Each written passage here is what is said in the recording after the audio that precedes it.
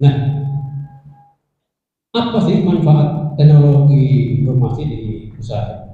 Nah, ini zaman dulu ketika saya bisnis itu ya semuanya tahun 2000 itu teknologi belum begitu hebat. Tidak waktu saya tidak berbeda dengan sekarang. Ya. Semuanya serba manual gitu. Ini manfaatnya. Manfaat teknologi ini adalah meningkatkan efisiensi dan produktivitas. Sekarang kalau ibu bayangkan, ketika ibu bekerja di perusahaan, sekarang serba robotik, betul? Robotik. Apa bedanya robotik dengan manusia? Beda ya? Beda. Nah, dengan robotik ini adalah untuk meningkatkan efisiensi, ya. Termasuk kalau anda bapak ibu yang sering keluar kota mungkin tergetol gitu ya, tol, suka getol ya. Nah, bagaimana itu? Anda cukup pakai kartu ya, itu efisiensi bukan? Efisiensi dari segala biaya. Alhamdulillah, terima kasih banyak kepada Ustadz Insinyur Aulia yang telah menyampaikan materi. Selanjutnya materi yang kedua dengan tema pemanfaatan teknologi informasi untuk berwirausaha yang akan disampaikan oleh Pak Priya Sukamto Eskom MO. Waktu dan kami persilahkan.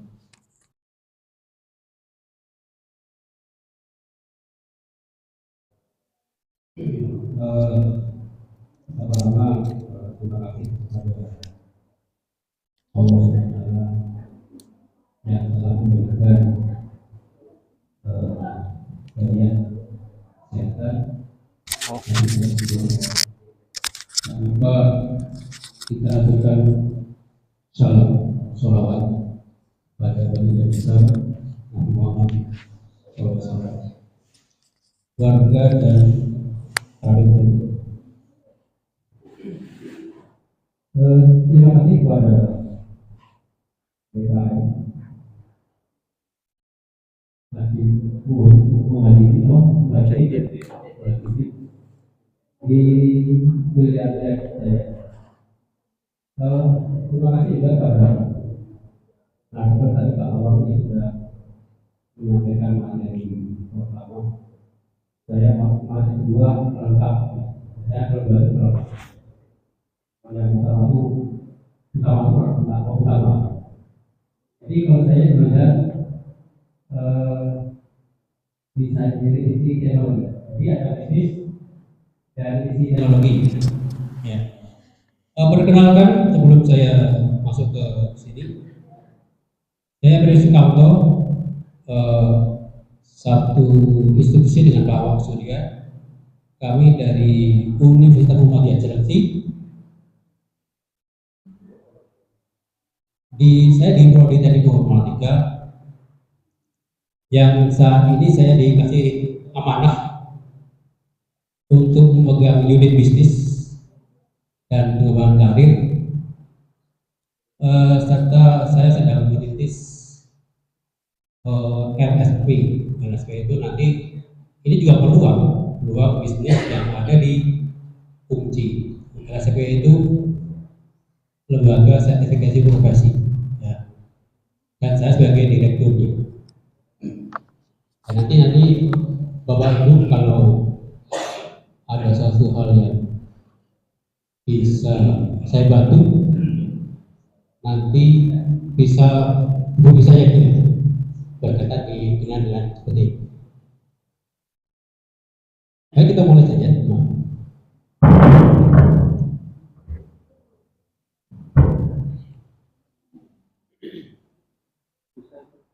Bisa ya? Oh ya.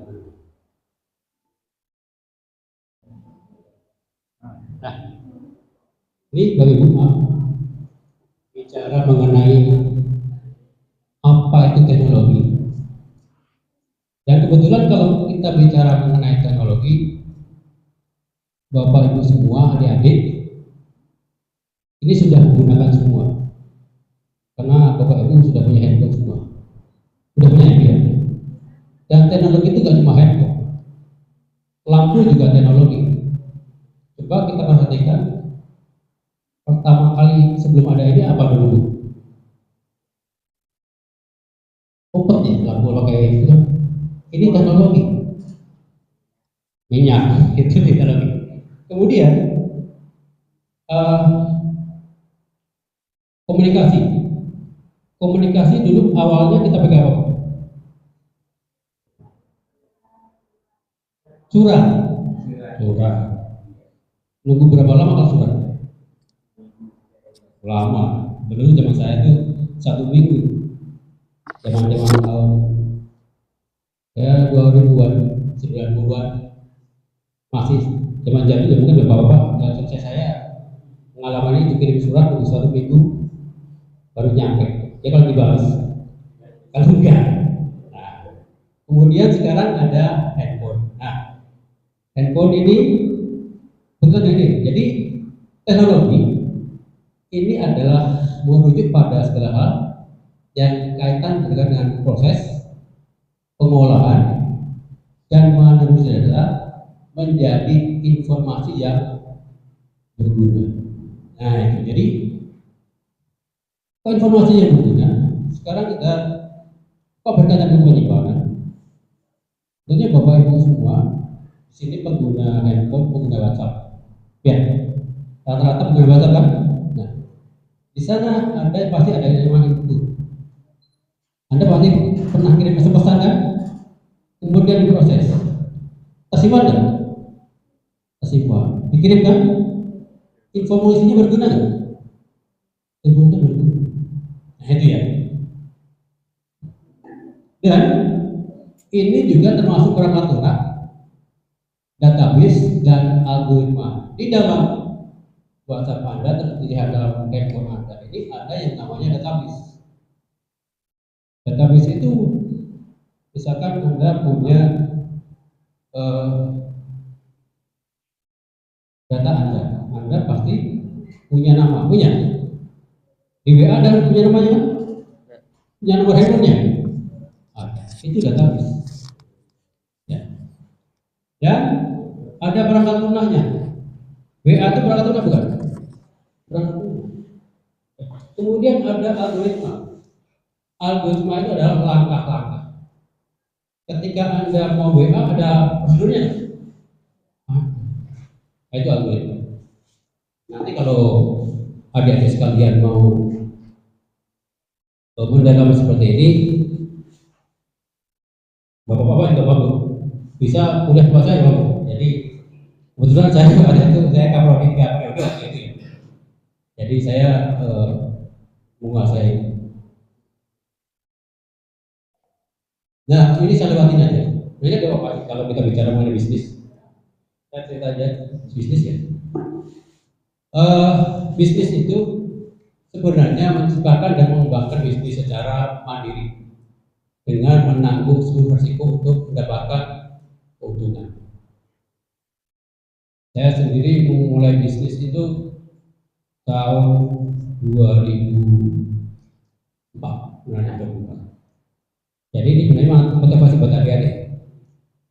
Artinya dulu saya ya sekolah, ya bekerja, ya usaha, ya sekolah, ya bekerja, ya usaha. Usaha apa yang saya tekuni? Yang agak untung besar itu saya sebagai reseller waktu itu, sebagai pemasok. Tahun 2004 itu saya bisa omset sehari menjadi 500.000 sehari waktu itu. Hanya pemasok selondor, tas selondor, kerupuk singkong. Nah, itu saya omset waktu itu bisa mencapai 500.000 per hari. Bisa mencukupi itu semuanya. Jadi saya bekerja, ya sekolah, ya usaha waktu itu.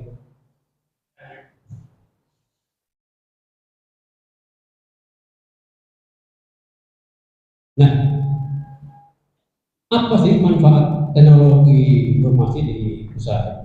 Nah, ini zaman dulu ketika saya bisnis itu ya semuanya tahun 2000 itu teknologi belum begitu hebat. Tidak waktu saya tidak berbeda dengan sekarang. Ya. Semuanya serba manual gitu. Ini manfaatnya. Manfaat teknologi ini adalah meningkatkan efisiensi dan produktivitas. Sekarang kalau ibu bayangkan, ketika ibu bekerja di perusahaan, sekarang serba robotik, betul? Robotik. Apa bedanya robotik dengan manusia? Beda ya? Beda. Nah, dengan robotik ini adalah untuk meningkatkan efisiensi, ya. Termasuk kalau anda bapak itu yang sering keluar kota mungkin tergetol gitu ya, tol ya. Nah, bagaimana itu? Anda cukup pakai kartu ya, itu efisiensi bukan? Efisiensi dari segala biaya. Sekarang kalau pintu tol itu bayangkan aja dalam satu tol itu berapa 10 orang harus gaji orang 10 orang. Sekarang dengan mesin bagaimana bu? Gaji orang enggak? Itu efisiensi biasa yang luar biasa dan sangat menguntungkan.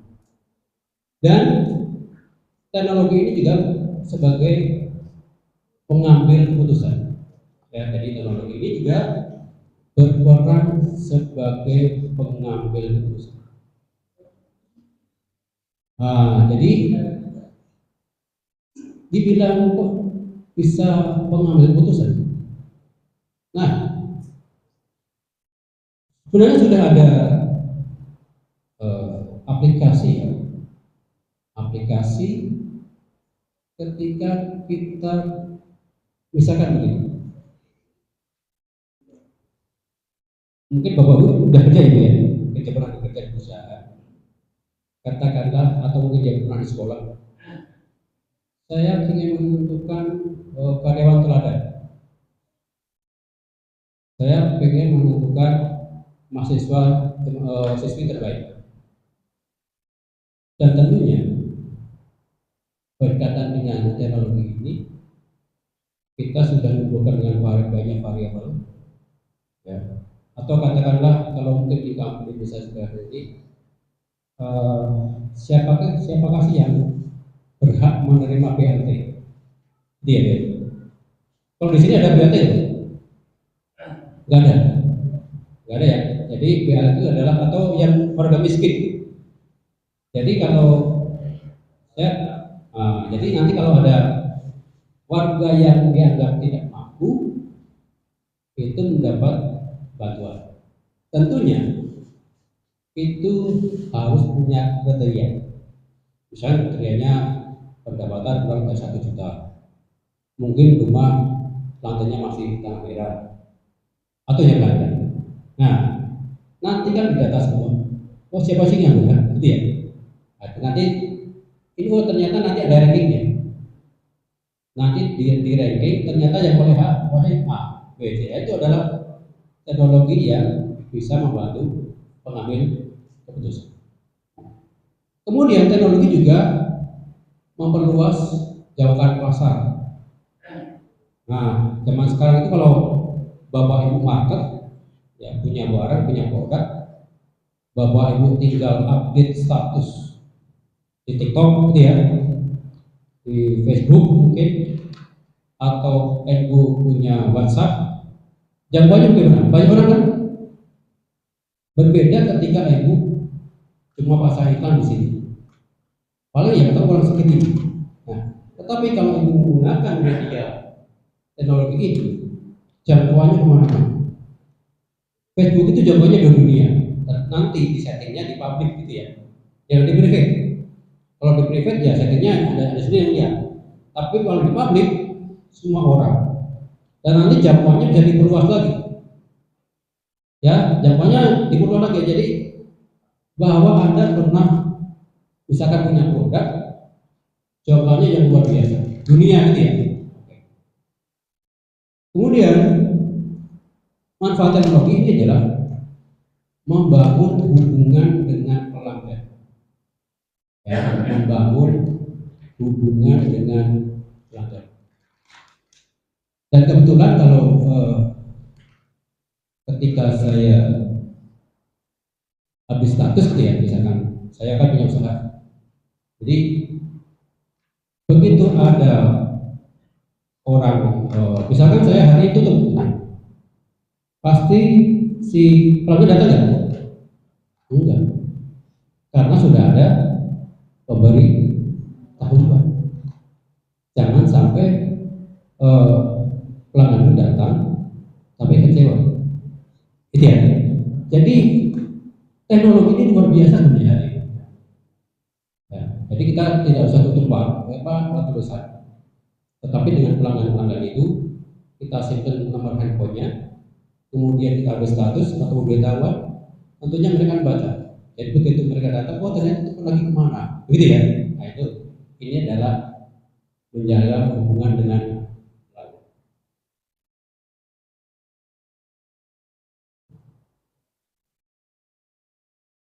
Nah, ini adalah hubungan erat bisnis dan teknologi informasi, bisnis atau informasi sama ya. Jadi tidak usah sama. Di sini kata contohnya adalah perbankan.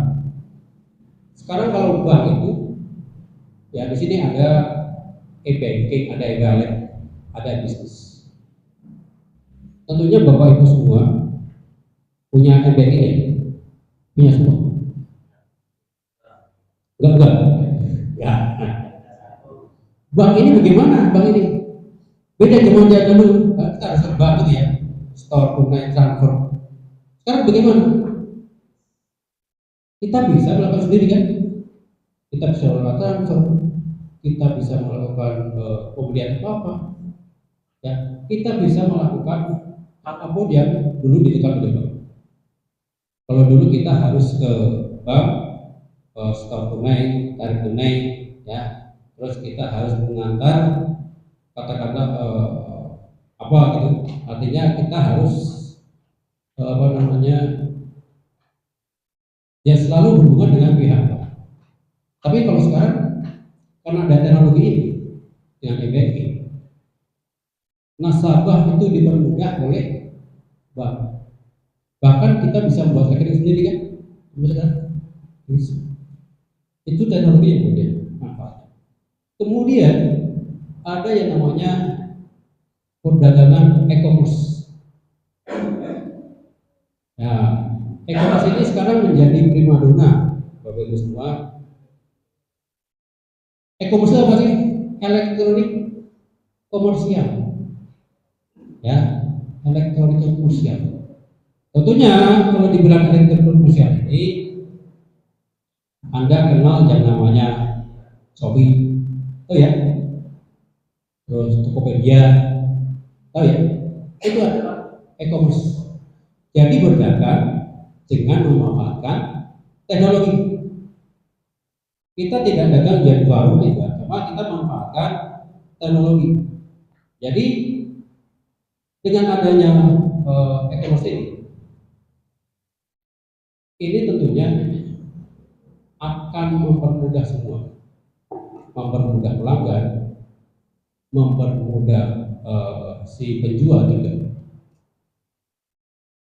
Jadi nah,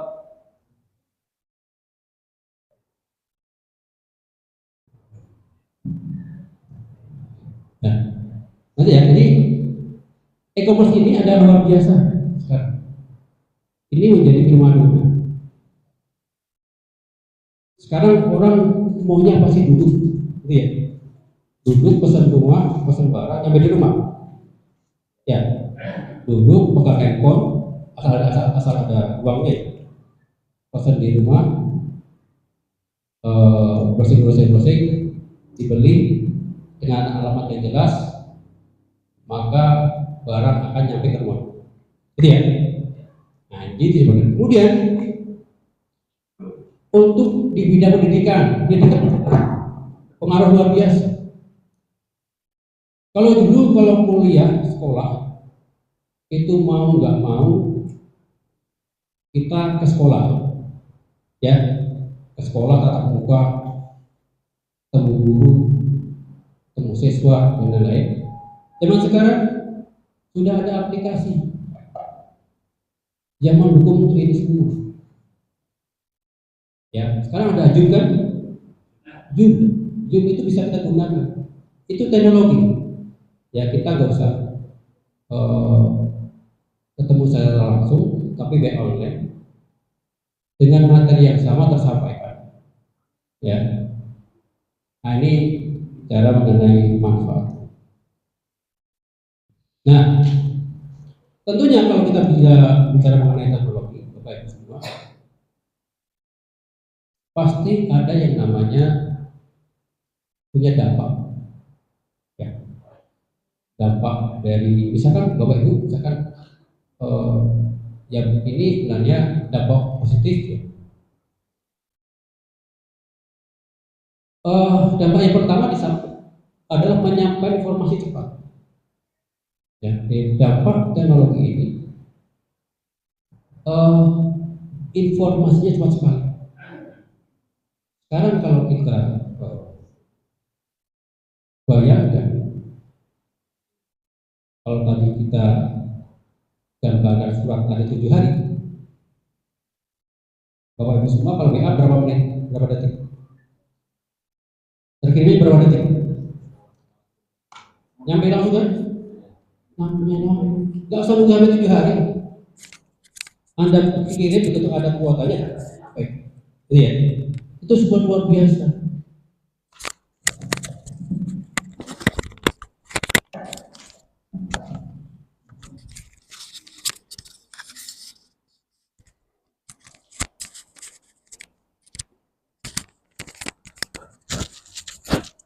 Tes.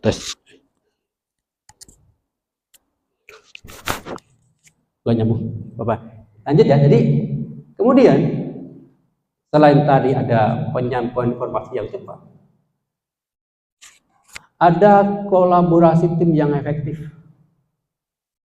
Sekarang ini kalau kita bekerja tidak harus di kantor.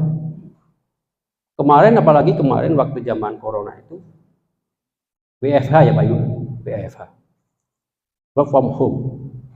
Tetap berjalan kan? Tetap berjalan.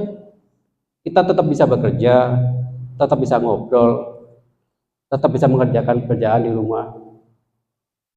Teknologi ini bisa menyatukan. Jadi dengan teknologi untuk tim, untuk yang bekerja ini tidak mengalami banyak kendala. Ya, artinya pekerjaan tetap terselesaikan, gitu ya. Jadi mau di tempat kerja, mau di WFH, itu pekerjaan tetap terselesaikan. Kemudian dampak positif yang ketiga adalah operasional lebih terorganisir. Ya, operasional lebih terorganisir. Nah, coba mungkin kalau adik-adik, Bapak Ibu semua dilihat ketika kita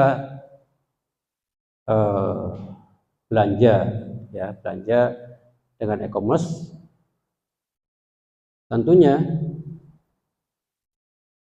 Anda pernah pertama kali scroll ya, pilih produk, kemudian Anda menyantum alamat, betul? Alamat dan lain-lain. Nanti ada pembeli, nanti Anda pilih produk, Anda kirim pilih, kemudian Anda bayar gitu kan. Nah, di sana ada trackingnya bahwa barang Anda sedang di-pack, betul ya? Barang Anda sedang di-packing, kemudian barang Anda sedang diproses, barang Anda sudah terkirim, begitu ya? Dan barang Anda yang terakhir, barang Anda sudah sampai, begitu ya? Barang Anda sudah tersampai ke pelanggan, begitu ya? Jadi itu lebih luas. Dan itu laporannya jelas. Ketika sudah sampai, maka ada foto-fotonya enggak? Ada foto, difoto kan sama kurir? difoto. Oh ini loh baru udah sampai. Kemudian si pembeli harus klaim bahwa barang sudah terselesaikan. Nah ini adalah dampak positif. Kemudian pengetahuan dan informasi sebagai sumber daya, ya. Jadi dampak positif yang keempat adalah pengetahuan dan informasi sebagai sumber daya. Jadi kita nggak mau di era sekarang kita harus belajar menyesuaikan dengan teknologi yang ada sekarang. Kalau tidak menyesuaikan, apa yang terjadi? Akan ketinggalan.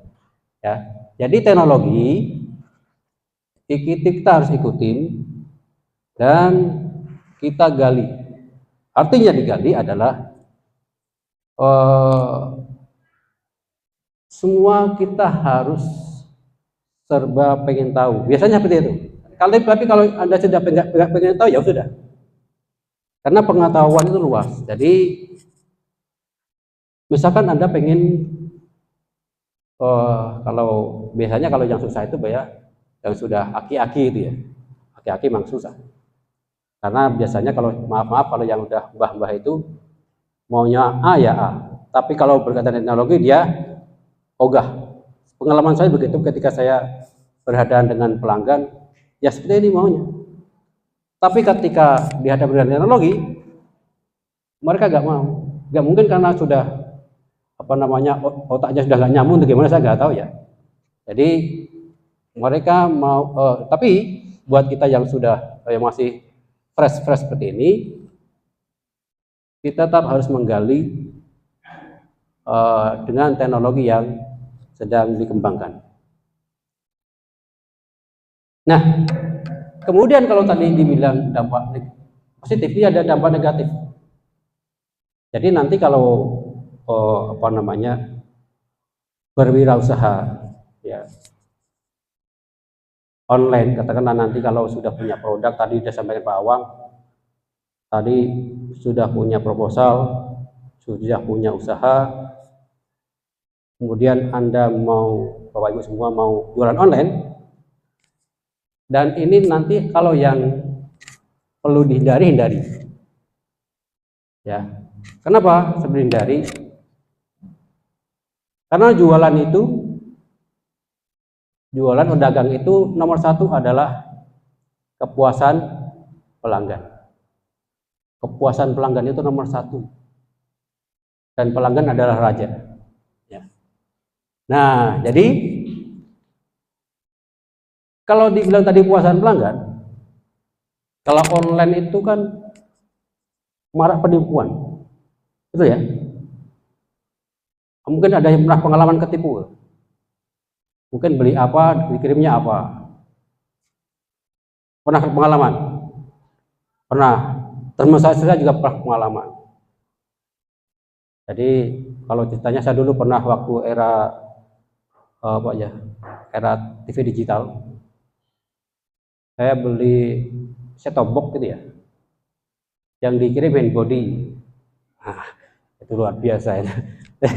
Saya set-top box yang dikirim handbody. Wah, ini penipuan nih, kurang ada. Nah, ini nggak boleh. Nanti begitu nanti Bapak Ibu semua punya usaha, jangan dilakukan. Ya. Nanti akan apa? Image-nya jelek. Kita nggak boleh melakukan hal penipuan. Nanti image-nya jelek. Nanti kalau Anda laporan dan nanti kan dilaporkan. Anda dibandit kan? Dibandit. Itu nggak boleh. Jadi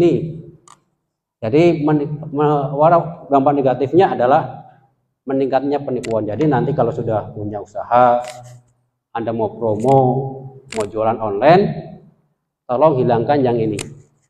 Karena tadi kepuasan pelanggan adalah nomor satu. Udah harganya murah, barangnya bagus, pengiriman cepat, gimana? Puas? Puas. Nah, kemudian dampak negatif yang lain, ini adalah selain tadi penipuan, pengurangan tenaga kerja manusia. Ini juga teknologi ini punya dampak yang luar biasa. Nah, coba kita bayangkan aja sekarang yang ada di sini. Sekarang listrik itu token ya Bu ya? Token enggak ya? Pakai pulsa. Zaman dulu kalau listrik itu nggak pakai pulsa, pakai meteran. Katakanlah dalam satu kecamatan butuh berapa orang itu karyawan untuk ngecek meteran? Banyak. Sekarang bagaimana? Tiap rumah sudah pakai token. Bisa ngisi sendiri. Hilang kan? Hilang. Yang tukang kontrol meter tadi hilang. Karena sudah diganti dengan token. Termasuk tadi yang saya sampaikan, tol tadi. Tol tadi kalau kita dalam satu gerbang ada 10 orang. Ada 10 orang gitu ya. Karena sekarang sudah diganti dengan e-tol, maka 10 orang lagi hilang kan? Hilang. Di perusahaan juga sama. Ketika semuanya sudah serba mesin, robotik, peran manusia tergantikan. Katakanlah kalau dulu ngangkat barang dari kesana ke sini pakai tenaga orang, sekarang sudah pakai elevator, hilang kan orangnya? Hilang. Nah ini adalah dampak teknologi. Nah kemudian dampak yang ketiga adalah komunikasi dengan pelanggan yang kurang personal. Ya ini jadi dampak negatifnya memang ini. Kenapa tidak personal? Karena tidak face to face. Gitu ya. Kalau seperti ini kan kita kenal ya, saling sapa. Gitu ya. Tapi ketika kita online kita kenal nggak dengan pembeli? Nggak kenal kan? Jadi ini Anda belanja ke Giant, Anda belanja ke mana Ramayana kalau langsung, itu kan Anda bisa ngobrol dengan pelayanan langsung. Ya. Kalau sekarang kalau Anda online, ketemu muka nggak lihat cantiknya. Ya saya kalau belanja ya kalau di online itu saya nggak tahu. Yang punya itu perempuan apa laki-laki saya nggak tahu. Yang saya chatting itu laki-laki perempuan saya nggak tahu. Tapi kalau kita dengan manual, dengan kita ke toko, dengan kita ke mall, maka dia ini orangnya, gitu ya. Nah ini jadi komunikasi dengan pelanggan yang kurang personal. Nah kemudian kalau tadi Pak Awang sudah bicara peluang, ya saya juga akan menyampaikan peluang. Artinya dari sisi teknologi. Ya. Walaupun yang saya sampaikan ini masih kurang, artinya masih banyak peluang yang lain. Ya. Jadi peluang yang pertama ketika kita mau bisnis dengan teknologi itu adalah e-commerce tadi, elektrik komersial. Ya. Nah sekarang kenapa dengan e-commerce? Nah tadi sudah saya sampaikan bahwa ketika Anda promo-promo, gunakan media, ya, gunakan media yang ada. Ada TikTok, ada Facebook, ada Anda kalau bisa afiliasi ke Shopee bisa, ke Tokopedia bisa, gitu ya. Jadi Anda bisa jualan dengan platform ini. Tokopedia Anda bisa pakai, Shopee bisa dipakai, Bukalapak bisa dipakai, bisa kan? Bisa. Nah, jadi selain Anda jualan manual, buka di lapak itu ya, kemudian Anda bisa buka dengan medsos. Saya punya teman, artinya saya punya jadi pelanggan hanya karena update status. Ya, jadi saya langganan. Dia punya produk apa A, B, C, D. Ketika ada yang saya cari, maka saya beli. Itu ya. Jadi saya nggak kenal orangnya.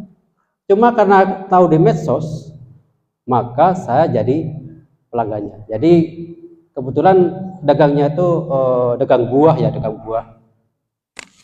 Begitu saya pesan langsung dikirim. Awalnya saya nggak tahu bahwa dia itu dagangan, cuma karena update status ternyata buah ABCDE, maka saya hampir tiap hari jadi pelanggan. Itu adalah manfaat dari medsos, dari e-commerce tadi, itu ya. Nah, ini. Kemudian drop shopping. Nah, jadi ini peluang yang lain adalah dengan drop shopping. Drop shopping ini adalah menjual produk tanpa perlu menyimpan stok barang. Ya, ini juga peluang. Ya, Anda tidak perlu punya toko yang besar, punya gudang, tetapi Anda cukup sebagai reseller, bisa kan? Sebagai reseller bisa dipakai. Anda nggak perlu nyetok, Anda cukup upload. Begitu ada yang orang beli, Anda ambil, bisa? Bisa. Nah, ini adalah dropshipping, ini juga peluang. Anda nggak usah produksi, tetapi ada barang, Anda upload, Anda posting, begitu ada yang beli, Anda ambil, Anda antar, gitu ya. Nah, ini dropshipping. Kemudian ada affiliate marketing, juga ada affiliate, ya, affiliate marketing. Affiliate marketing ini adalah mempromosikan produk atau layanan orang lain dan mendapatkan komisi.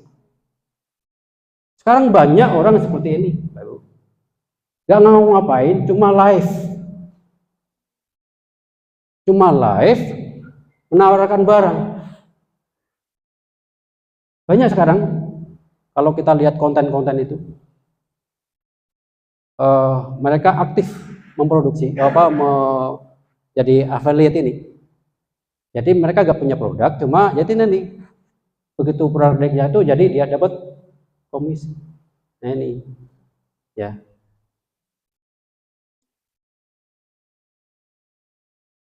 Nah, kemudian peluang yang lain ada layanan digital marketing. Ya, ada layanan digital marketing. Dalam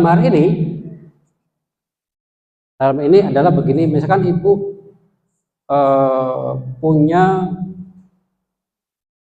pelanggan punya website, punya website dan pengen website itu nomor 1 di Google, bisa ya, supaya kalau ketika dicari nongol paling atas, ini ya, begitu orang cari produk ini, jebret, ternyata nongol dari paling atas, bukan di paling belakang.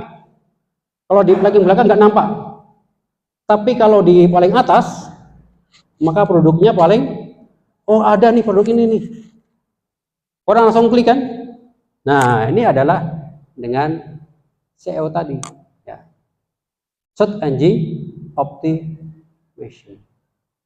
Nah, nanti webnya tadi langsung terdaftar di Google dan masuk di ranking teratas. Begitu ada cari, langsung nongol dari paling atas. Ini juga sebagai peluang, itu ya. Karena nggak semua orang, mungkin semua orang bisa bikin web, bikin blog, bikin WordPress, tetapi bisa nggak tampil di paling atas. Ketika orang cari, ternyata ada di atas. Kalau nggak kedaftar, nggak nongol, gitu ya. Nah, ini adalah ini ya. Dan sebenarnya kalau bicara mengenai peluang, ini banyak sekali. Sama adik-adik remaja ini, kalau kita memanfaatkan teknologi dengan katakanlah muncul Anda sebagai programmer, desain web, bisa? Desain web bisa. Desain web itu juga peluang. Ketika yang tadi jualan-jualan tadi ya, maaf, yang jualan tadi manual, Anda punya produk, ternyata Anda pengen membuat website. Ya, membuat website programmernya peluang bukan? Peluang sebagai programmer membuat website. Dan sekarang laku. Ya, karena sekarang semuanya sudah berbasis web. Semuanya sudah berbasis rata-rata berweb. Ya. Kemudian Anda bisa juga berpeluang di desain grafis. Desain grafis. Contohnya apa? Nah, desain grafis itu kalau musim orang hajatan kapan ya? Orang menikah. Musim orang menikah. Nah, Anda bisa olah di sana kan? Editing video, ya, editing video terus dan macam-macamnya. Bisa kan? Itu mahal. Mungkin saya punya ponakan saya itu, salah satunya usaha seperti ini. Di wedding itu ada foto pre-wedding dan lain-lain itu. Sekali dapat aja 5 juta. Emang nikah itu mahal ya? Jadi mahal. Jadi di desain grafis itu ya lumayan. Ya, jadi itu adalah beberapa peluang ya. Dan nanti kalau Bapak Ibu semua, adik-adik, remaja menemukan peluang yang lain, monggo. Nah, dan tentunya ketika kita bicara tadi peluang, tentunya juga dan teknologi ini punya tantangan. Dan tantangan ini harus kita jawab. Kalau ada tantangan dijawab nggak? Dijawab ya. Ini adalah masalah. Teknologi itu punya masalah. Ya. Jadi tantangan yang pertama ini adalah bicara mengenai strategi bisnis. Strategi ini juga menjadi tantangan.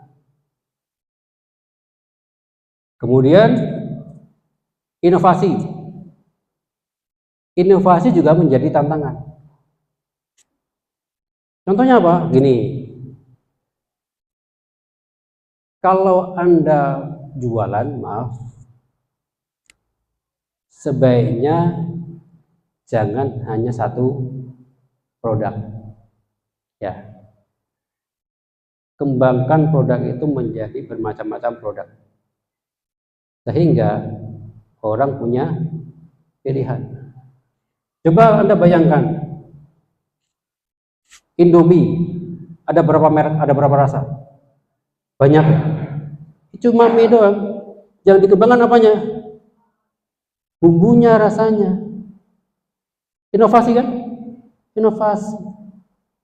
Nah itu, ini inovasi. Ya. Kemudian tantangan yang lain adalah bicara mengenai keamanan data. Keamanan data juga menjadi tantangan. Bahkan waktu itu kemarin kita mungkin pernah dengar data bocor ya. Data bocor itu sudah luar biasa bahayanya. Anda punya data keluarga, punya nomor handphone dan lain-lain bocor. Nah, ini yang perlu keamanan data itu ditingkatkan. Apalagi Anda punya m-banking, bahaya nggak? Punya m-banking bahaya? Bahaya sekali. Kalau Anda punya m-banking dan lain-lain, bisa dibobol? Bisa. Nah, nanti ini ya ini tentang tersendiri. Kemudian KPI itu kepanjangan dari Key Performance Indicator. Ya, jadi mungkin kalau yang pernah di perusahaan ada yang namanya KPI, Key Performance Indicator. Jadi kalau dibilang KPI-nya ketinggalan zaman,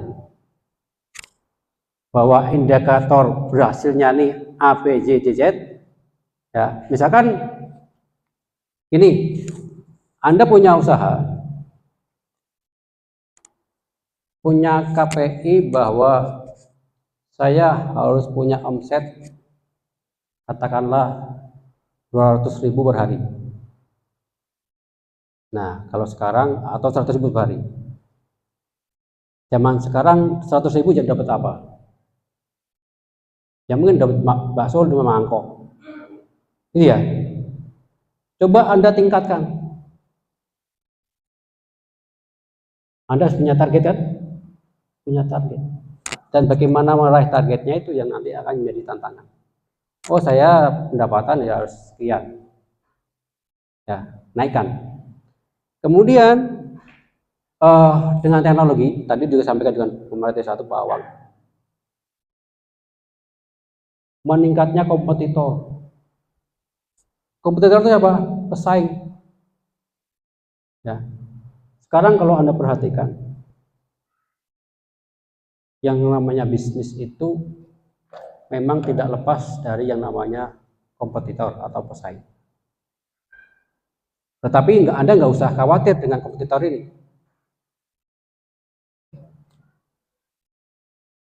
Kompetitor itu adalah sebagai pemacu. Dan bagaimana dengan kompetitor ini kita bisa mengasih pelayanan yang terbaik untuk pelanggan. Jadi kompetitor itu kalau dia mau aneh-aneh, ya persaingan itu memang sudah terbiasa. Kita berarti berusaha gitu. Saya tuh punya usaha drilling, punya usaha apa namanya spare part handphone, banyak yang drilling banyak kan, banyak sekali. Tetapi saya nggak takut dengan komputer itu, termasuk dari pelayanan tadi. Jadi pelayanan memuaskan, harga pas, ya, murah, nggak akan lari, tenang aja. Yang penting kuncinya adalah kepuasan pelanggan. Itu ya. Dan tantangan yang lain adalah semua serba cepat gitu ya. Semua serba cepat. Nih, zaman sekarang memang bahwa teknologi itu luar biasa. Teknologi semakin kesini semakin luar biasa. Dan perilaku konsumen juga luar biasa berubah. Sekarang coba pelajari ketika amati, kita bayangkan diri sendiri, ketika kita beli barang, ternyata pengirimannya lambat. Apa perasaan Anda? Kesel? Kesel luar biasa. Ini barang gimana sih, nyampe enggak? Jangan-jangan ada dikirim. Ya. Nanti pun kalau Anda nyampe, Anda kasih bintang berapa? 1 paling. Tapi kalau Anda pengiriman barang dalam sehari 2 hari sampai, bagaimana? Luar biasa. Jadi pelajari konsumen. Konsumen itu memang seperti ini.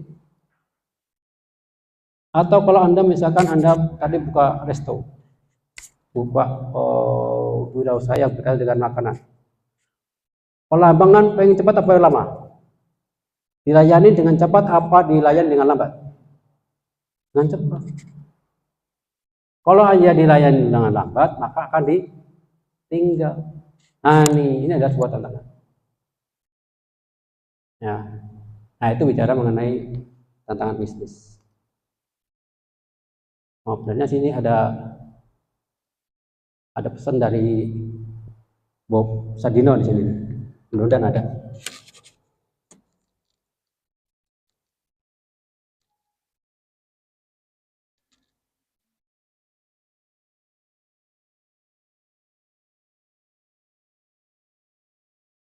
Saya termasuk penggemar Bob Sadino nih.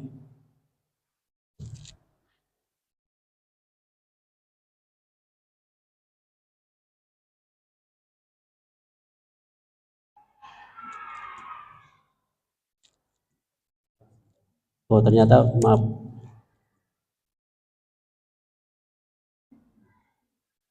Jadi kalau Bob Sadino itu bilang yang ada di video ini ternyata nggak bisa terputar.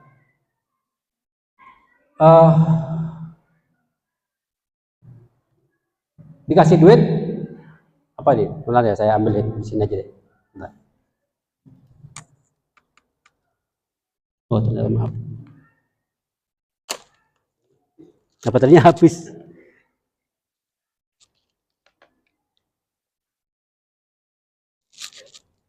Saya lupa dicolok bentar.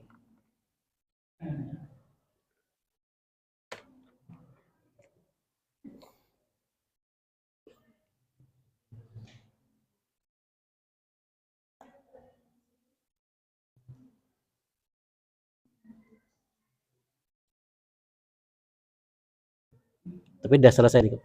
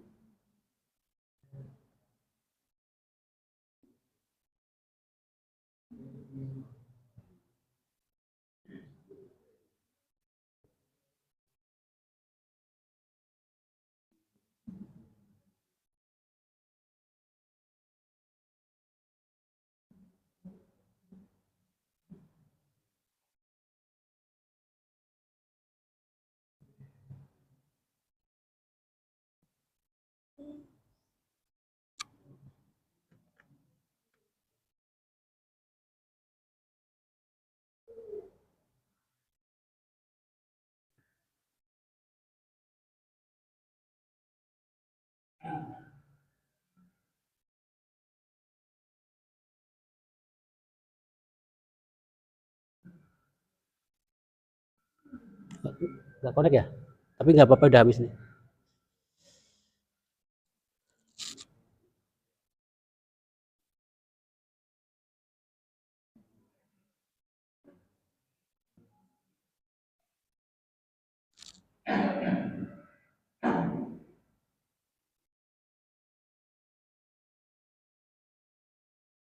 Nah, kebetulan udah habis, cuma apa namanya, tadi kalau Bob Sadino bilang bahwa yang namanya bisnis itu butuh yang namanya kekuatan mental.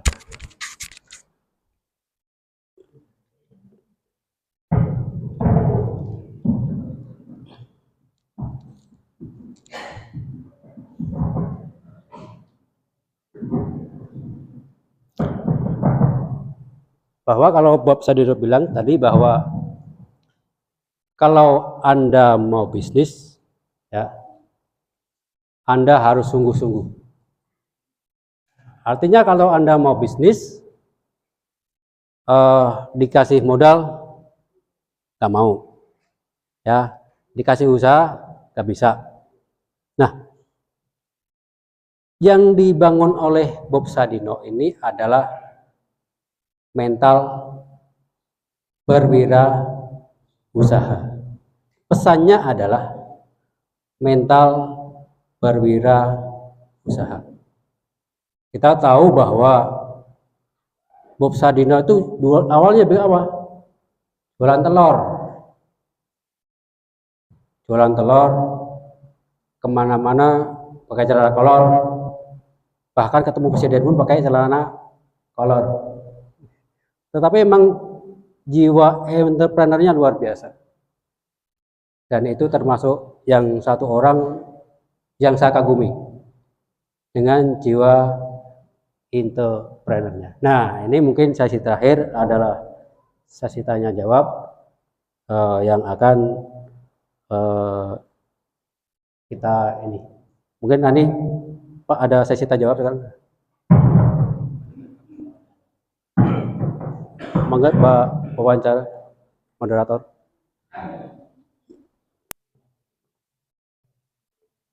Alhamdulillah saya dari kedua informasi berwirausaha yang disampaikan oleh Pak Bias Sukanto Reskom. Untuk selanjutnya sesi tanya jawab bagi yang ingin bertanya silakan angkat tangannya dan perkenalan kemudian beritahukan awal pertanyaan. Mau dibatasi nggak pertanyaan? Berapa orang?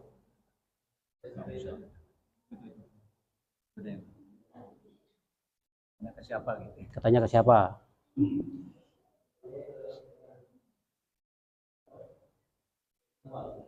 Pak Awang.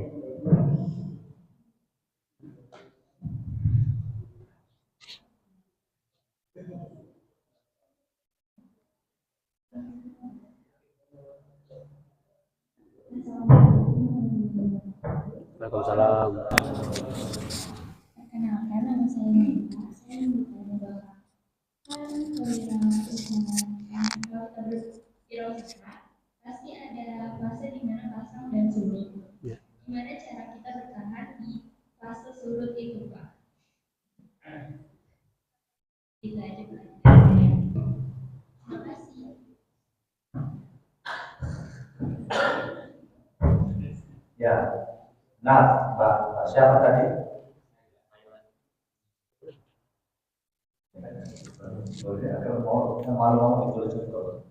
Ya. Yang namanya usaha itu pasti ada pasang surutnya. Dimana kalau surut saat datang surut itu ya apa yang kita lakukan? Teman-teman, pasang surut itu kan tidak hanya terjadi di dunia bisnis kan. Semua yang kita alami hidup ini juga gitu. Sekolah juga begitu kan. Kadang-kadang naik semangatnya, kadang-kadang turun gitu kan. Ya. Semuanya itu tidak hanya dalam bisnis. Maka kondisi begitu tidak perlu ditakutkan. Iya kan?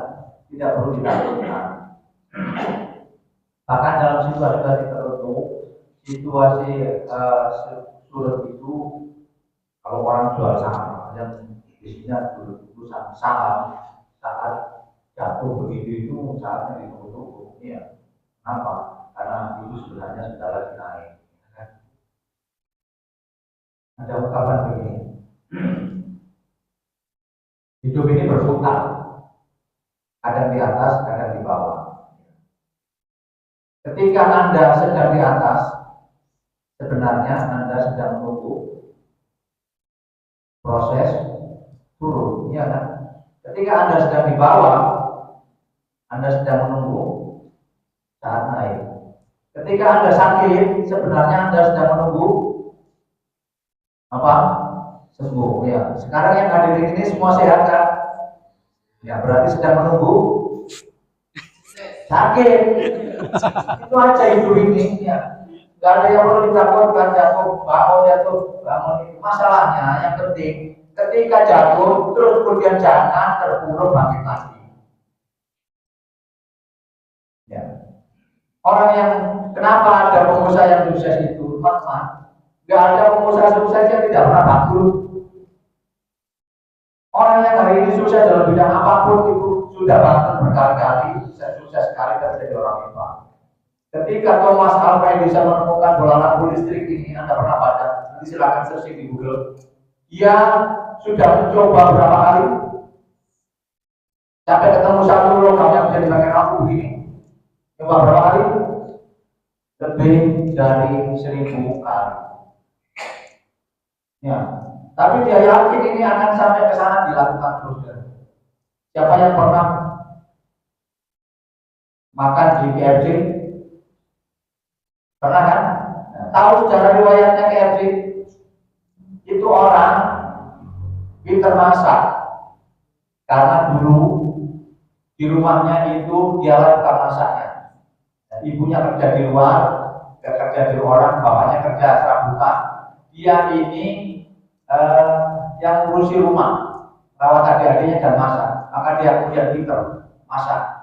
Dia bikin resep ayam goreng, laris, semua pelanggannya bilang enak. Dia mikir, kalau saya jualan begini, lama kayaknya. Nah, akhirnya dia punya resep itu tawarkan ke pemakan. Pak, saya punya resep ayam goreng, enak ini kata pelanggan saya. Mau nggak kerja sama saya? Nggak mau. Cari mau makan lagi. Pak, saya punya resep masak, cobain Pak, enak. Mau nggak kerja sama saya? Nggak mau. Cari lagi, tolak lagi, cari lagi, tolak lagi, cari lagi, tolak lagi. Sampai berapa? Lebih dari 1000 kali ditolak orang. Ya. Yang penting itu tidak perlu takut jatuh. Ya. Tidak perlu takut. Maka saya katakan, mumpung Anda masih muda, belajarlah jadi pengusaha sekarang. Karena bangkrut itu ada kuotanya. Ya, kalau tidak ada habiskan sekarang, nanti sudah aku sudah tua, sudah bang jatuh, nggak bisa bangkit lagi. Mumpung Anda masih muda, kalau masih jatuh, bangkrut, ya, nanti bisa bangun lagi. Maka jadi profesi apa termasuk pengusaha harus berkomunitas, harus berteman supaya saling menyemangati. Ya, hidup itu perlu komunitas, seperti orang goes itu. Ya, kalau lagi malas ada temannya yang narik-narik, ayo jalan, goes, akhirnya jalan. Sama dengan Anda berusaha, mau memutuskan usaha apa, cari teman yang sesama ini, jangan cari teman yang karyawan. Begitu ada bangkrut 2 kali kan jadi karyawan, akhirnya betul keluar dari itu. Cari teman yang sama-sama punya mental yang sama. Kalau Anda jatuh, Anda baru sadar. Ya, jatuh 2 kali, Anda baru 2 kali. Ya, nanti kan sudah lama-lama habis begitu. Ya, cari teman bahwa perjalanan yang harus Anda sadari bahwa perjalanan berbisnis sama dengan perjalanan kehidupan. Gak ada namanya naik terus begini. Ya. Justru saat turun itulah saatnya kita menunjukkan karena sebentar lagi kita akan naik. Orang belajar sepeda itu berapa kali jatuh, tapi belajar lagi, jatuh banget belajar lagi. Ya karena yakin nanti suatu saat saya bisa. Yang penting Anda yakin Anda bisa jadi pengusaha sukses, jatuh biasa. Nah, itu bagian dari perjalanan. Itu yang harus diyakini sehingga kalau jatuh sudah 1, ya, sudah berkurang 1 bangkrutnya. Ya, kalau nanti turun berikutnya lagi sudah berkurang 2, sebentar lagi habis. Ya, bukan tuh jatuh lagi itu sudah bangun. Ya, begitu Pak ya. Jadi harus Anda yakini bahwa ini bagian dari proses. Ya, ini proses belajar. Ya, Anda kuliah juga bayar. Anda proses belajar dan pengusaha juga perlu bayar. Bayarnya apa ya? Saat modalnya hilang itu belajarnya. Ya, gitu ya bayar. Dulu kali ya. Nanti saya aja dosennya. Mbak siapa tadi namanya itu? Laila. Mbak Laila ya. Silakan. Baik, untuk pertanyaan berikutnya, silakan. Ya. Jikri. Bismillahirrahmanirrahim. Assalamualaikum warahmatullahi wabarakatuh. Waalaikumsalam. Kenalkan, nama saya Ayatul Mulana Zikri. Ini saya izin memberikan pertanyaan dari live TikTok dari komentar.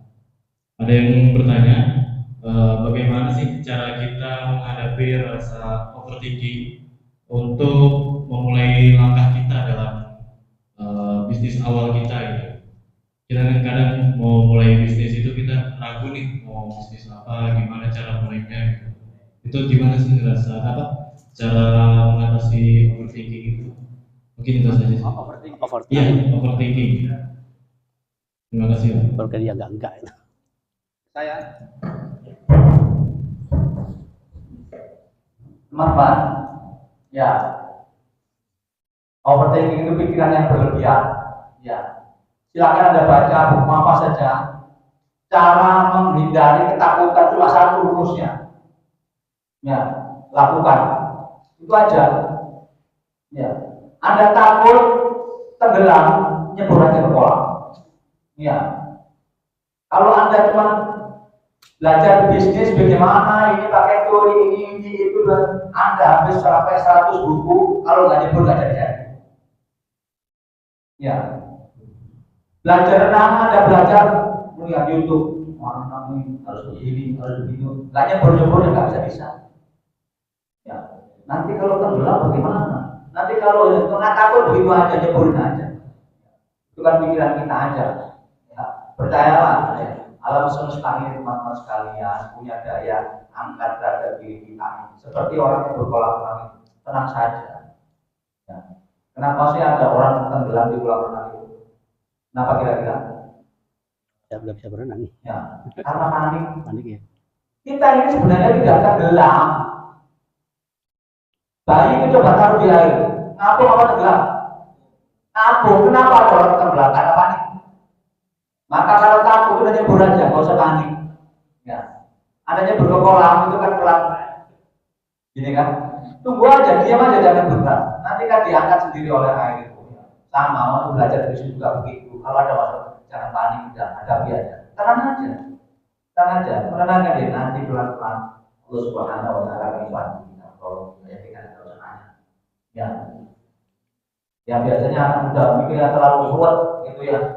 Nah, makanya banyaknya kan nikah karena ruwet aja itu. Tanya bapak-bapak ini yang sudah nikah, hadapi aja, malah pengen nikah lagi kok ya. Nah, begitu aja, jalannya aja. Kalau banyak perhitungan gitu kan. Nanti kalau ditakutin tagihan listrik kan ruwet gitu ya. Jalannya aja nanti ketemu jalannya sendiri ya. Yang tidak semua orang tidak sama. Ya. Anda boleh belajar begini, tapi nanti kita ada semuanya punya jalan sukses masing-masing. Mau usaha apa ya. Jangan terlalu banyak mikir ke depan, jalannya aja nanti kita. Nah, insya Allah, ya, Anda masa dibekali Allah ilmu, bekali akal, masa nggak tahu caranya. Ya. Nanti ketemu dengan sendirinya. Ya. Jangan terlalu banyak mikir, hidup ini simpel saja, ya.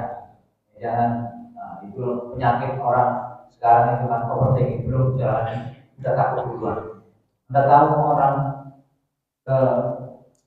yang takut berobat ke dokter gigi itu karena giginya sakit itu ya. Ketakutan terhadap dicabut giginya itu lebih sakit daripada dicabutnya sendiri. Paham maksudnya? Takut dicabut gigi itu lebih menyakitkan daripada dicabut giginya itu sendiri. Dicabut gigi cuma gitu aja, tapi ketakutan itu lebih ngeri. Karena dicabut gigi cuma gitu aja. Ya. Sama, bangkrut itu gitu aja kok bagi orang yang sudah berkali-kali tahu. Alah bangkrut gitu aja kok. Karena nggak pernah merasakan bangkrut sama jatuh kan begitu aja ya. Begitu ya Mas ya. Ya itu satu-satunya jalan, udah jalan nggak bisa ketakutan, kekhawatiran, overthinking itu nggak bisa hilang. Anda kemudian nanya ke siapapun gimana caranya Pak supaya nggak overthinking, nggak ada caranya, cuma jalannya aja. Ya, cuma begitu aja. Gimana ya?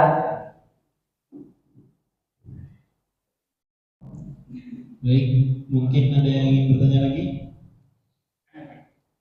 Ya, Mas siapa itu?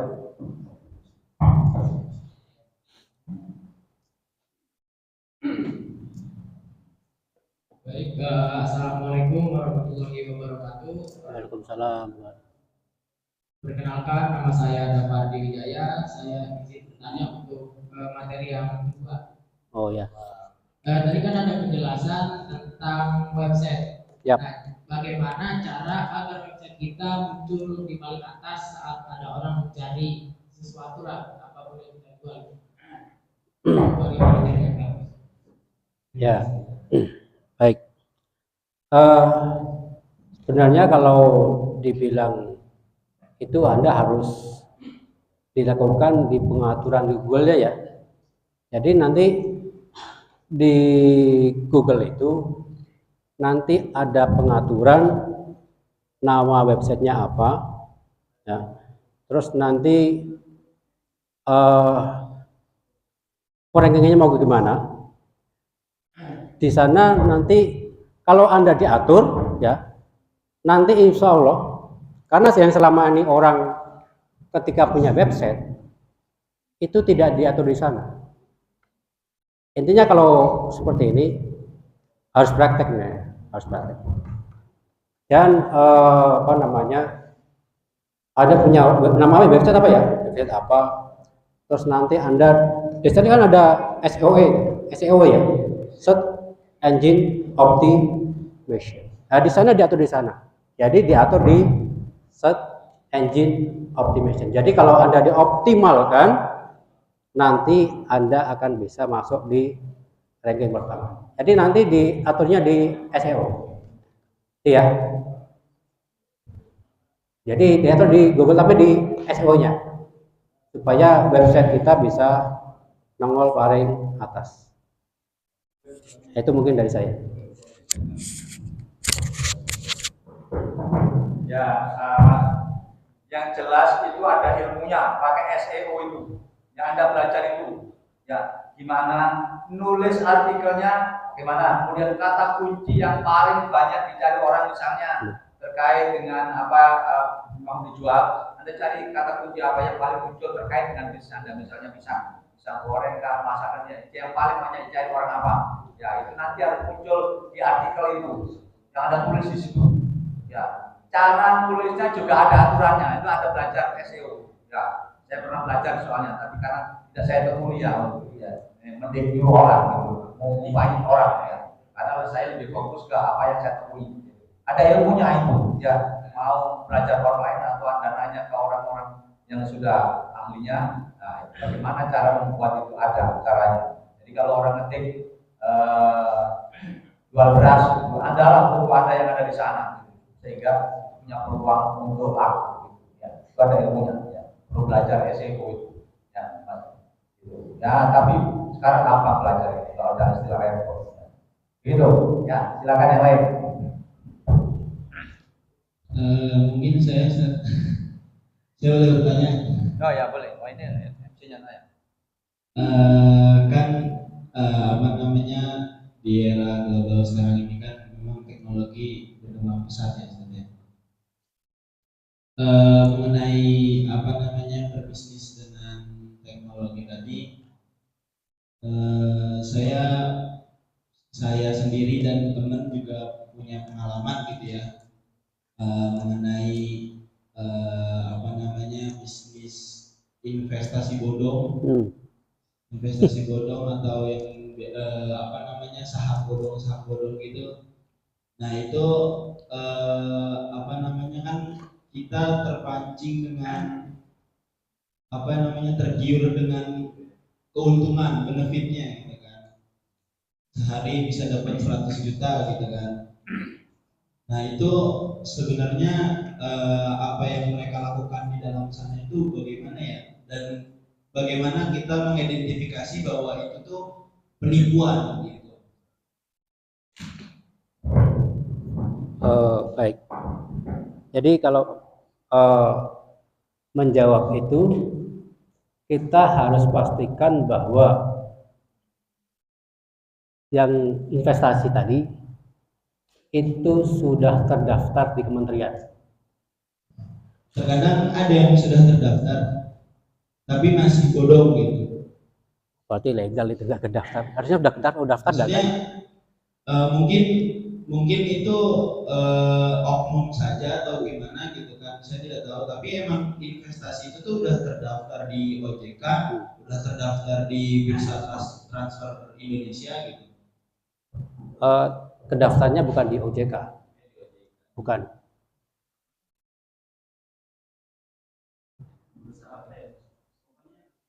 Bukan. Jadi Kalau untuk yang investasi saham itu bukan di OJK, tetapi sudah terdaftar di Menteri Perindustrian dan Komoditi.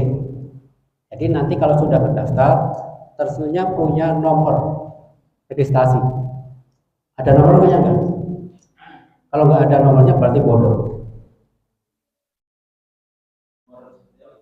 Ya, kalau kita punya izin kan pasti punya nomor izin. Kalau Anda punya rumah, bangun rumah pasti punya IMB. Gitu ya. Kalau Anda punya KTP pasti punya nomor KTP. Karena Anda sudah terdaftar sebagai warga negara. Nah, itu kalau nggak ada nomornya, berarti itu bodoh. Sudah terdaftar di Menteri Perindustrian dan Komoditi belum? Kalau nggak terdaftar, ya berarti itu bodoh. Karena saya pernah masuk ke sana, pernah di BEJ tahun 2007. Jadi saya pernah main saham ke sana. Jadi kalau yang saya pastikan, waktu saya di Mahadana waktu itu, jadi saya pastikan bahwa Mahadana itu sudah terdaftar. Jadi di industri ya, di industri sudah terdaftar. Jadi itu bukan bodoh. Nanti kalau nggak ada nomor serinya, berarti itu bodoh. Itu hati-hati. Makanya kalau Anda mau main saham, itu harus bahwa yang namanya PT tadi itu harus terdaftar di Menteri Perindustrian dan Komoditi. Ya, pernah ke sana? Oh, di Rarusan Said dulu. Ya, ini salah satu masalah teman-teman sekalian ya. Banyak orang pengen berusaha terus juga tertipu investasi bodong macam-macam. Ya, ada yang BBM, cacing, segala macam. Prinsipnya begini, bagi saya mau tanya teman-teman.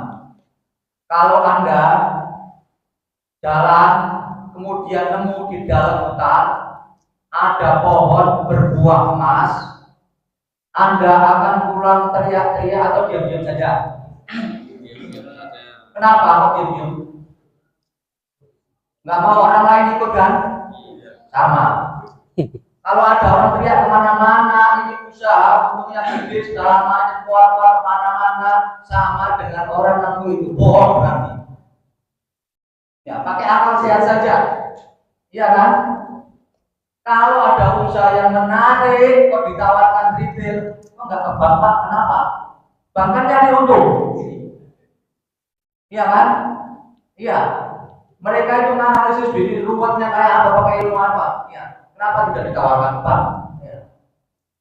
Kalau ada yang kira-kira menawarkan seperti sekarang ini yang banyak kasusnya itu arisan berantai, apapun namanya lah itu ya, yang bunganya lebih tinggi daripada bank, kenapa ngajak kita? Ya, ngajak bank aja. Ya, itu pakai akal sehat, kira-kira ya.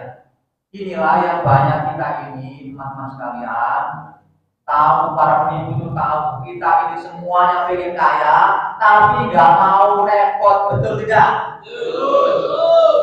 Itulah yang paling penting. Jadi pengusaha itu nggak gampang, tapi itu jalan harus kita lalui. Ya, jadi investor yang tadi itu lewatnya harus jadi pengusaha dulu, supaya Anda tahu bahwa oh ini masuk akal atau tidak, Anda ditipu atau tidak, ini investasi bodong atau tidak, tahu karena sudah alami.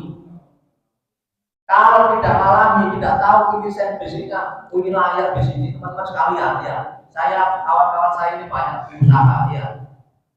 Kalau sudah berkali-kali bangkrut itu, laporan setebal begini itu dibaca sekilas saja, tahu dia itu. Ya, teman saya yang sudah punya yang sudah tender berkali-kali kalah menang jatuh bangun itu, baca laporan tender segini itu, kita mengerjakannya itu berminggu-minggu, dibaca sekedar ini sebelum tanda tangan. Tolong itu salah ini, kita kerjakannya berminggu-minggu mulai aja cuma begini aja loh. Salah ini. Kok tahu dia pengalaman, ya. Dan pengalaman itu nggak bisa dibeli, Anda harus jalani. Ya, saya itu kawan saya bikin begitu apa? apa namanya, bikin tempat tongkrongan kopi-kopi itu. Gimana tempatnya? Sana Laci Bubur. Sebelah mana? Saya tanya gini. Ini kan arah Jakarta. Kanan apa kiri? Ya ini dari Cilengsi ke Jakarta. Sebelah kiri. Gak laku. Saya bilang gitu. Gak percaya. Kamu benar. Tongkrongan sebelah kiri kan, yang tongkrong ngopi-ngopi dulu. Yang sebelah kiri kan laku. Kalau orang pulang sebelah kanan kok dia lari sebelah kiri. Nggak ada teorinya itu. Jalannya baru tahu. Ya, jalannya baru tahu. Ya, bisnis lakukan jalannya nanti Anda punya ilmu. Kalau diajak orang nggak masalah atau bodoh tahu. Teorinya gimana? Ya, sudah ngalami. Gimana cara mendampinginya? Saya itu pengusaha, saya tahu itu. Ya, kalau Anda sudah jalan yang sama dengan teman-teman sekalian, orang sudah melakukan, orang sudah menjiwai tahu, kamu ini sudah beneran ini sudah semuanya itu tahu ya, karena dia sudah pernah alami dan sudah menjalani. Nggak bisa diteorikan, nggak bisa belajar dari pengalaman orang, harus pengalaman sendiri. Ya nanti itulah yang namanya sense of business, wilayah atau tidak wilayah mereka sudah ini.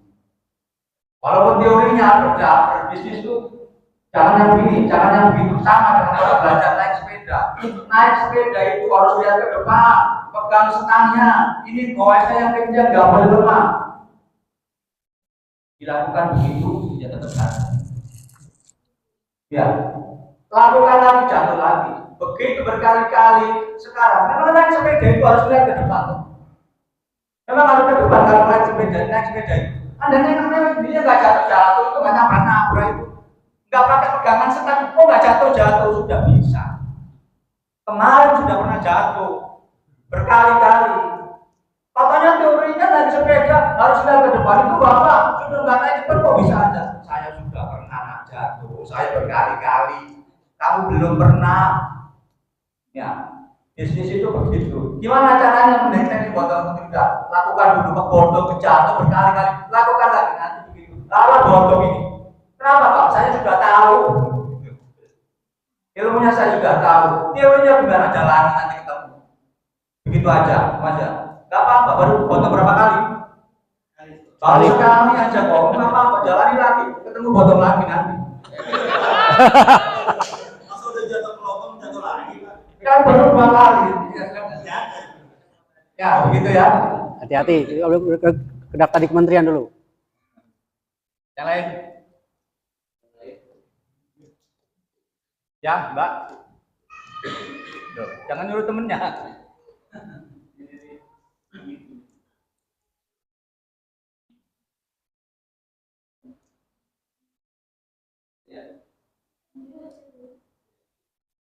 Oh lagi.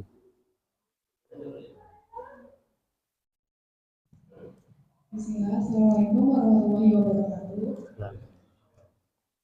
Sebelumnya izin bertanya untuk materi pertama tadi. Bagaimana sih? Namanya siapa namanya Mbak?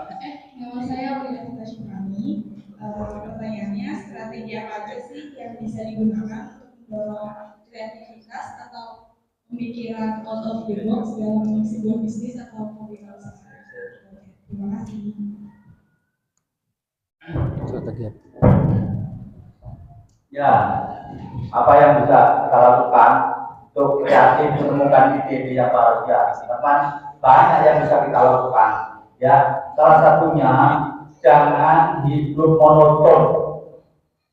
Ya, kalau biasanya berangkat kerja atau berangkat ke sekolah lewat itu, jangan itu terus. Enggak muncul ide itu. Ya, maka sekali-kali kalau biasanya naik sepeda, jalan kaki atau naik angkot, muter jalan, ya, lakukan hidup yang bervariasi. Itu salah satu yang mendorong kita untuk menjadi orang yang kreatif, muncul ide-ide usaha yang barangkali nggak kebayang. Ya. Tapi yang namanya bisnis itu bisa juga dengan menyontoh orang lain, namanya ATM. Ya. Amati, tiru, modifikasi. Kalau nggak modifikasi, ya ATM juga bisa. Amati, tiru, makhluk. Ditiru aja persis. Ya. Yang pertama nggak apa-apa, tiru dulu. Kalau ini baru nanti muncul ide. Kalau sudah dijalani Mbak, nanti muncul sendiri ide karena situasi dan kondisinya.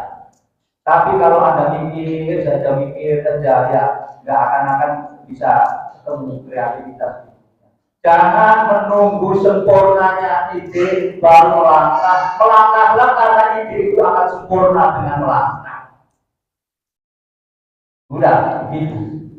Saya menulis buku ditanya banyak orang, gimana caranya tulis buku 400 halaman? Gampang saja. Tulis satu kata, tambahin satu kata, nanti jadi 400 halaman. Gitu. Ya, bagaimana cara jadi pengusaha besar? Ya, dari mulai dari pikir lakukan terus, nanti jadi pengusaha besar. Pengusaha besar mereka punya ide banyak. Itu sense of business itu mereka tidak lahir kemudian punya bakat bisnis tidak. Ya, mereka melakukan itu semuanya pelan-pelan, selangkah demi selangkah, nanti ketemu bagaimana menjadi orang yang kreatif, bagaimana bisnisnya hebat itu ya setelah melakukannya. Belajar terus, nggak mulai-mulai ya nggak muncul pikiran. Gitu Pak ya. Ya.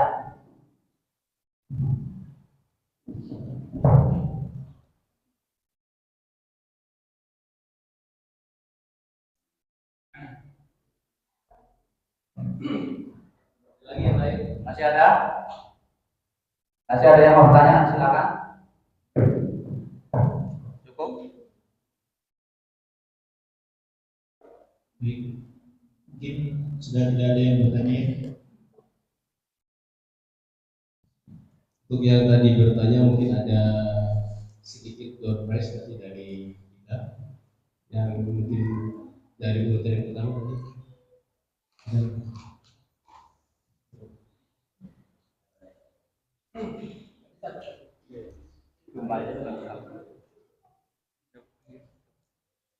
Ada door prize sedikit ya, jangan dilihat nilainya atau barangnya seperti apa. Ini adalah salah satu bentuk dari apresiasi kita kepada teman-teman dari kita yang sudah mau untuk bertanya. Ini. Oh, ada. Oke, silakan MC bisa lanjut.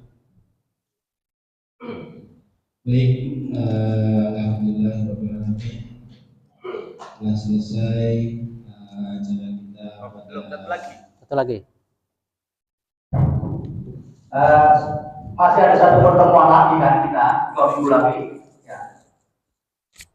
Silakan remaja ini dibagi 2 kelompok, kemudian membuat rencana usaha yang akan dilakukan. Nanti kita adu 2 minggu lagi, mana yang paling bagus, mana yang keren.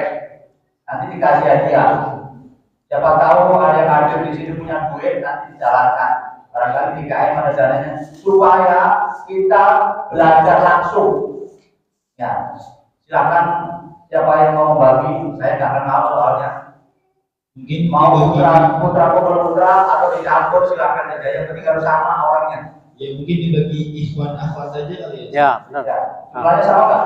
Atau nggak apa-apa sih, boleh cowok sama cewek bisa boleh ya. Ya mungkin better bisa aja yang ikhwan-ikhwan yang akhwat-akhwat gitu. Yang real ya, bisnisnya yang real ya, jangan berkhayal itu yang nggak bisa dilakukan. Caranya analisis seperti tadi yang saya jelaskan di situ ya. Tugasnya Tapi itu ada ketua kelompoknya. Saya tanggung jawab. Tugasnya rencana usaha dan job mappingnya juga. Ya, membuat rencana usaha. Ya. Usahanya apa?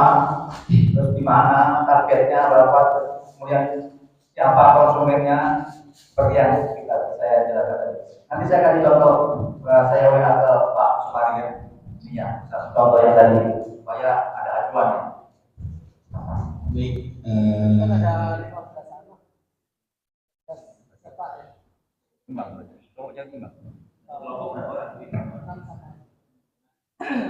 Yang akhwatnya 9, ikhwannya 6. Bapak-bapaknya enggak, berarti bapak-bapaknya. sudah jadi dua kelompok lagi ada perempuan di sini. Jadi kelompok wanita ada 9 orang nanti membuat. Silakan ditunjuk ketuanya untuk yang kelompok. Kuat. Untuk Ikhwan Rizky, Kiki.